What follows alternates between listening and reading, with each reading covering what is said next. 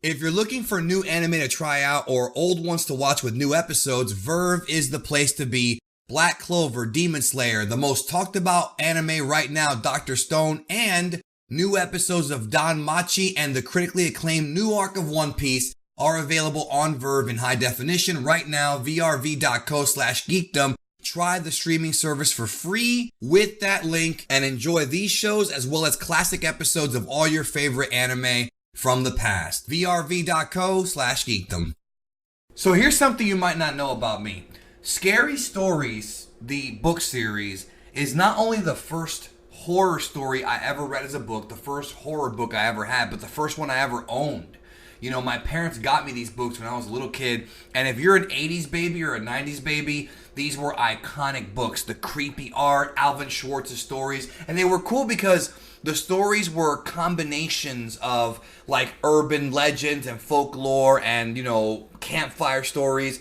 So when I heard they were going to make a Scary Stories movie, I'm like, okay, that could work, but how's it going to work? So, you know, initially I'm thinking it's going to be one of those anthology films like you know, Creep Show and more modern versions like Trick or Treat and, you know, VHS, where you've got like multiple stories inside of one movie. You know what I mean? I thought they were going to take some of the best stories from the book and do that. But that's not what they did here with this movie. Scary Stories is the movie. We're talking about the movie now, which I did go see, is a really different, a different, I guess, an unexpected turn. Now, I haven't watched any of the trailers going into the movie, right, at all. So maybe if you saw them, you'd be not as surprised as I am. But when I saw it, I was just kind of surprised because I was wondering where the story was going to go. Now, I'm a huge fan of the books. And I will say this, if you're a fan of the creepy kind of art style in the book and the creepy kind of vibe, there's a lot of cool Easter eggs in this movie and cool throwbacks to stories from that book. However, this movie is totally in this weird sort of alternate universe thing where basically, you know, the original books were written by Alvin Schwartz, but in the movie, it's like a different plot altogether. What ends up happening in the film, it's about these kids, and they go to this haunted house, and it's an abandoned haunted house, and they basically screw around with stuff they shouldn't screw around with, take a book out of there, and then as a result of them taking the book, they angered the ghost, and as a result of that, they end up having to deal with this weird sort of Final Destination type of curse where the stories from Scary Stories, from the Alvin Schwartz books, which are not...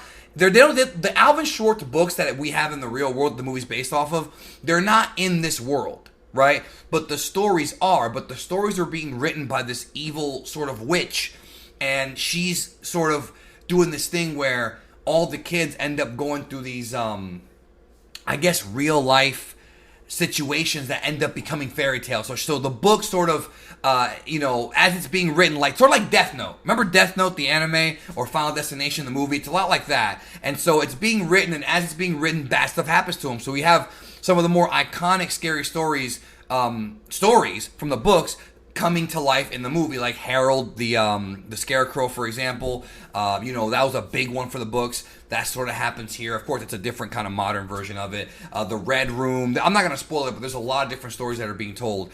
That being said, though, this movie had problems. It really did.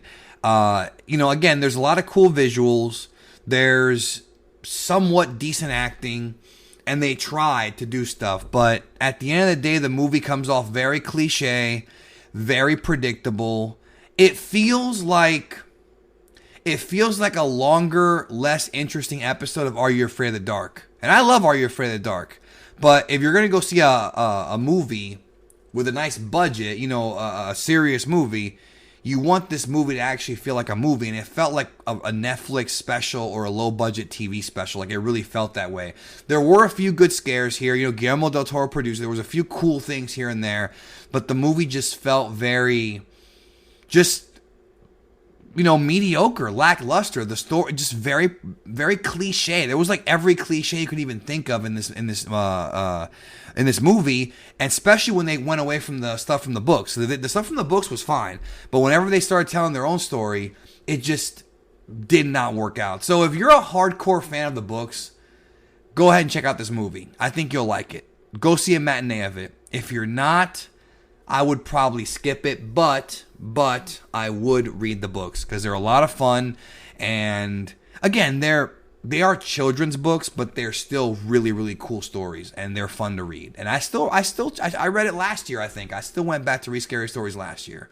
So again, I would skip it. If you're a hardcore fan of the books, you'll pick up on a lot of the references and you'll know the stories pretty well. If you're not, go read the book. But you don't have to go see the movie unless you wait for Netflix or Redbox.